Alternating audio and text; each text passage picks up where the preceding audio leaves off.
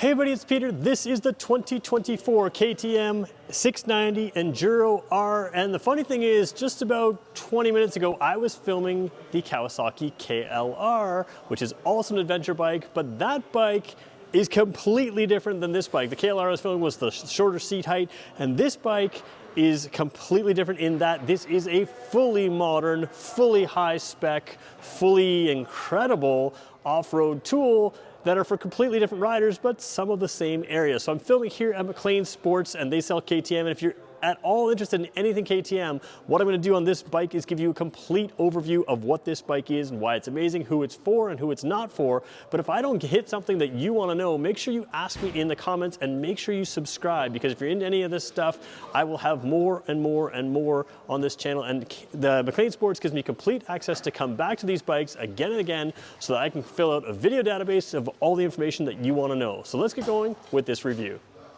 So when we look at bikes like this is a little bit smaller, maybe a little bit lighter weight, enduro slash dual sport slash adventure bikes. You really have a few different options. You have something like Suzuki's model, which I filmed here at McLean's in the past, which is that dual sport 650, which is the big thumper, which is like stepping back in time 20 or even 30 years. Then, like I said, you have the KLR, which is in the same vein as that, but they've given it new body work, so it feels new, but it's really not. And then you have something like this and the Husqvarna version of this, which I've already filmed just last week, and you end up with something that is so completely modern, it's actually kind of incredible. So you have things like cornering ABS, cornering traction control, lean sensitive, things like that. You have things like technology that you don't have in other bikes, and then you have something that is truly a performance bike. Now what's interesting about this is KTM has on their website an enduro section, because they call their bikes enduros, and then they have a travel section. Under the travel section is what we would call adventure bikes. This is under their adventure bike section. So is this an adventure bike, or is it a really modern dual sport bike? Let's take a look at the pieces and parts and we can decide for ourselves. Depending on who you are, I think it could go either way. All right, I'm up against a snowmobile beside here today. They got all kinds of inventory here at McLean's, so I'm kind of an awkward angle here. But when we talk about what a bike is, I always like to look at the front wheel. It's gonna tell you the purpose, the manufacturer's intent of this bike. And what you see up here is something completely different. First of all, high quality spoke rims. Every adventure bike is gonna have spoke rims, but you've got higher quality and lighter weight spoke rims. You've got a 21-inch front and an 18-inch rear, not a 17 like I looked at earlier today on, for instance, that Kawasaki KLR. And then you have fully adjustable upside down forks. So, you know, what these forks do is essentially, there's a couple reasons why you would want to have them. First of all, adjustability is a big piece of them. That it has adjustability. We're going to talk about that when we look at the top side of the fork. But you also have less unsprung weight down here, which is going to give you better overall suspension performance. You also have a fairly lightweight, much more dirt bike style, but road bike size disc here, with, you know, the ventilation looks a little different than the typical drilled rotors of a road bike. So you've got sort of off-road brakes, and again, ABS is standard on this. It's switchable ABS for an off-road and on-road mode. Usually the front stays on, but you have an off-road rear, so you can slide that rear end out. And again, it's cornering sensitive ABS, which is just unheard of in this class, but it is available on this. So again, really high-tech stuff. Let's keep moving back. Taking a look at the heart of this bike, there's a few things you're going to notice. First of all, it's still a single-cylinder engine, so a single cylinder, but a fully modern one. Long story short, the components in there are higher strength and lighter weight, and it's going to give you a power to weight ratio unlike pretty much anything else in the single cylinder adventure class. So that's a key piece. There's a lot more tied to it, an electronic throttle tied to it. We're going to get to what that means and why that benefits you. The general packaging of this is very tight. You can see the suspension lined up right here. Again, a fully adjustable rear suspension. Everything is very compact and tight, and that's going to lead to a great center of gravity. This is an adventure bike that you can jump off jumps, and in a big way, just like you would on dirt bikes. The other thing that's kind of interesting here is a lot of adventure bikes have a big fuel tank up top, and that can kind of skew where the weight balance is. This one doesn't have a fuel tank up here. In fact, the seat runs right up to the front, and what that means is that you have a fuel fill at the rear, and the tank comes under the seat, and what that does is balance that weight better, centralizing the mass, again, giving you that balance of performance, so it not only you know, looks and works well, it feels really good as well. The other thing worth noting here is a lot of people sort of seem to think that KTMs need a lot of, you know, breakdown or maintenance every 1,000 kilometers or so. This is a 10,000 kilometer service interval, so you've got a lot of, you know, life before service. And again, that's just sort of out there to you know, kind of dispel the myth that these things need maintenance all the time and that kind of thing. This is a very long maintenance type engine. Taking kind of a busy shot, there's a few things I want to show you here. First of all, the pegs here, less sort of pegs than true sort of foot platforms. Very off-road centered, no rubber padding in those like you would have in other bikes, both in the KTM lineup and other areas. And then again, you can just sort of see all the sort of forged or shaped pieces in here. Not really simple stuff where it's square. There's curvature to it, there's strength to it, there's lightweight in it. You can really see when you look at the details a lot of the strength in this bike, which is again going to allow it to be more of an off-road performer than just an, you know, all-around tourer. So with all of this off-road spec stuff, let's talk about the height of this bike, and let's do that by hopping on. So I'm about 6 feet tall, about proportional up and down, you know, legs and body. And you can see here, I am tippy-toeing. There is no way to flat foot this, but you can see there's just so much suspension travel there, and you've just got a lot going for you for the ability to move around on this bike. Although KTM classes this in their adventure style bike, for most of us, this isn't going to be an adventure style bike. What this is sort of another way they advertise on their site is ditch the trailer, you can drive this on the road to any trail, and then you can go down any trail. And that's really a lot more about what this is. It's got plenty of power to go on the highway to do those kinds of things. And then you can set it in your drive mode, so that street mode, which is going to, you know, limit the wheelies, as it says, limit the wheel spin and limit the wheelies. And then you can set it to a full off-road mode where it's going to allow you to drive like you would off-road. The ABS, you can switch off that rear ABS, slide it around corners, both in power slides and in braking slides with the rear wheel.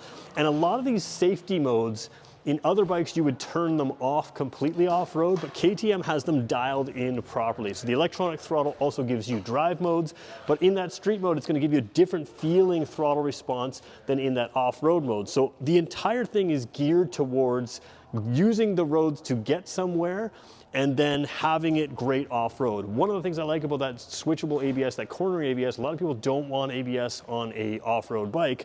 The reason I think it's so good is you've got tires that really aren't that well suited for the road. Certainly compared to a sport bike, there's a lot less rubber on the road as you're going around corners. So having a lean sensitive, and that means that, you know, as you lean, the bike knows it's leaning, but having lean sensitive traction control, lean sensitive ABS means that as you're coming out of those dirty, muddy areas, maybe sand on the roads, maybe sand on your tires, maybe rain, mud, whatever, as you accelerate onto the pavement, as you brake on the pavement, that kind of thing with wet tires, even if you're not driving in the rain, you might have wet tires, you really have the control that you need on the road, and then you have off-road modes that don't have to be fully switched off, they'll still be there for you, but they don't get in your way. And that's one of the real strengths of the overall piece of this. So, although this is a taller bike, it is absolutely one of the most, you know, lightweight feeling and maneuverable bikes you can have for a touring style off-road bike. Again, this isn't really in that travel category for me, but that's where KTM puts it on their website.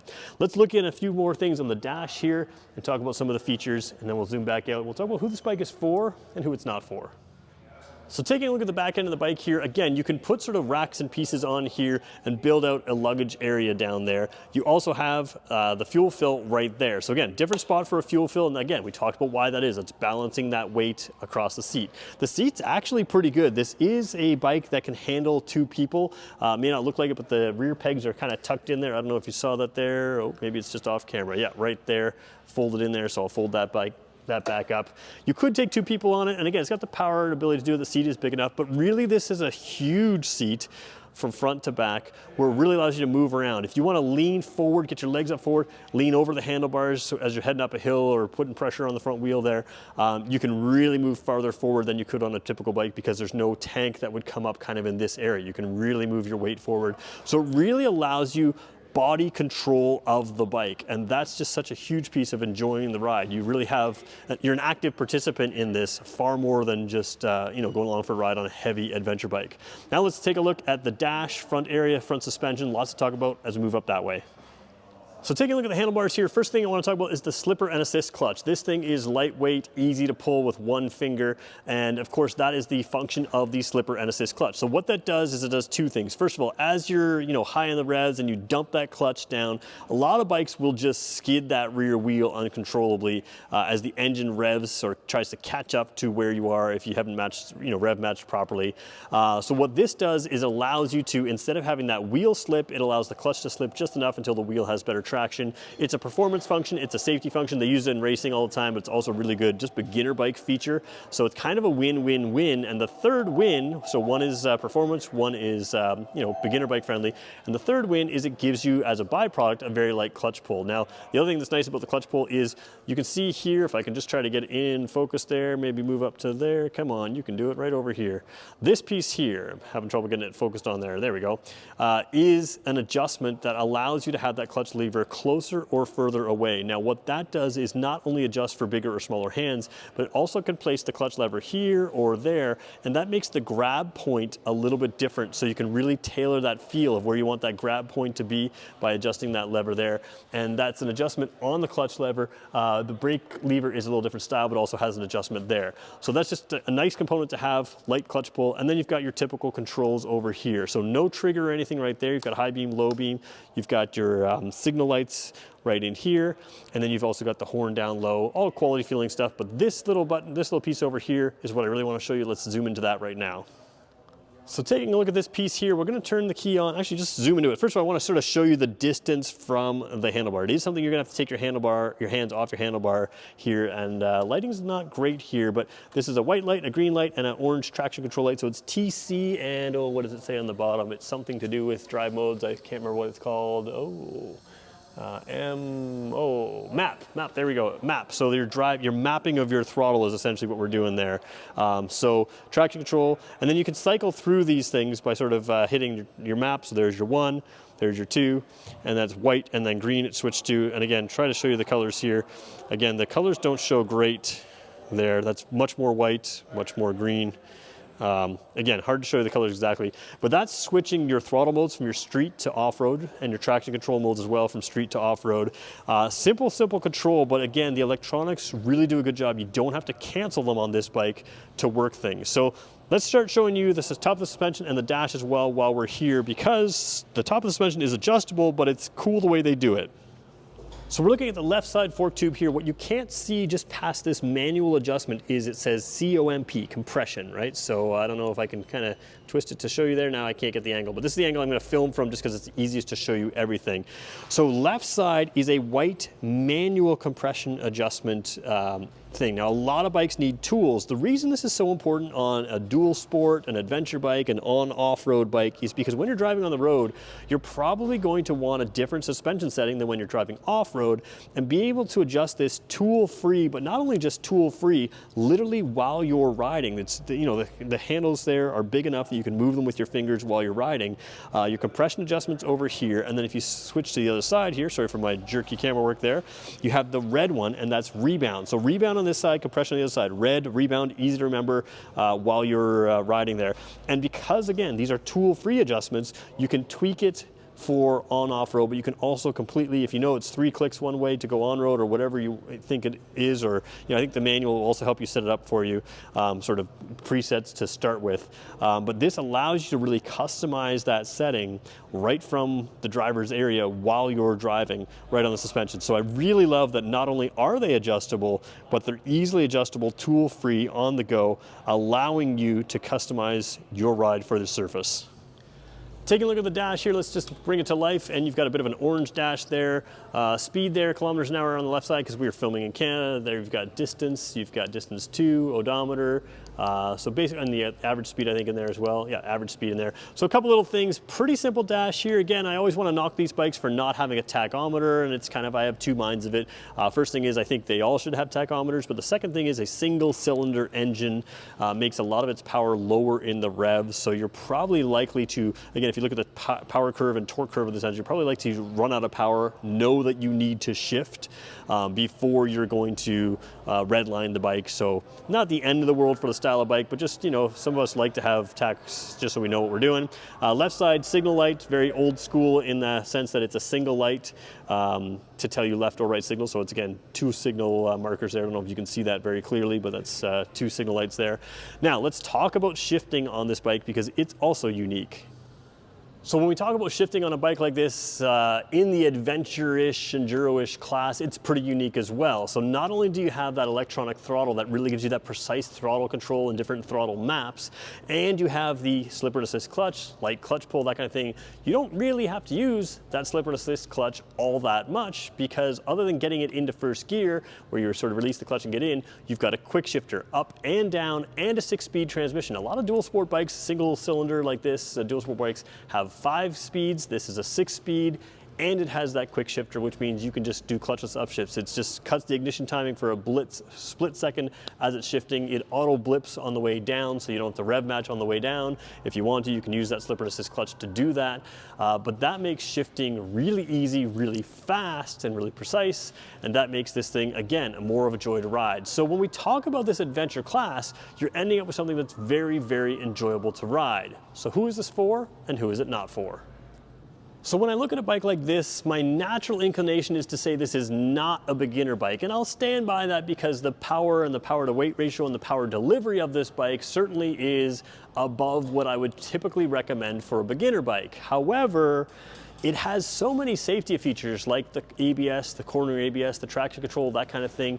You can dial it down and put it into a more safe experience for a beginner rider. Even that throttle mapping is going to give you that precise control of the throttle so that when you're a beginner and you're making sort of the mistakes with the throttle, you're going to feel them. You're not going to have the jerkiness of things. It's going to be what you do is what it does. So that can be good, it can be bad. The other thing about this is it's fairly lightweight for an adventure style dual sport type bike, and that makes it a little bit easier, maybe less less intimidating. And again, being a dirt bike style type thing, if you were to drop this bike, certainly you can get some protection pieces for it, but if you drop it, it's probably a little bit less concerning. It's, you know, some of these more off-road bikes are made to be dropped. However, there are better bikes to drop than this one. So I still lean towards this is not a beginner bike. I also lean towards it's not really an adventure bike, but you can absolutely have the off-road focused adventure rider making this into an adventure rider.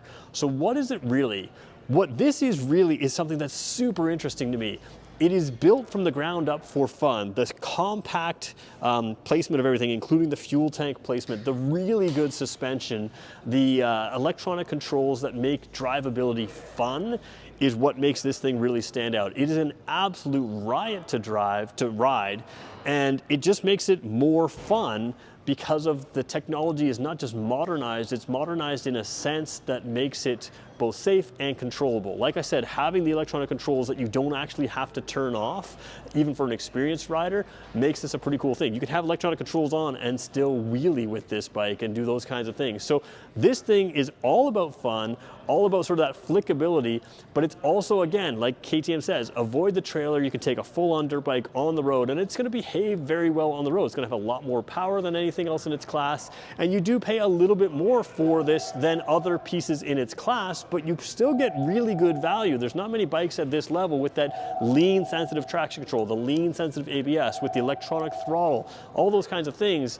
It makes it a really interesting bike, and there's nothing else like it except for the sister bike, which is this KTM branded bike in Husqvarna's lineup, which I've reviewed as well.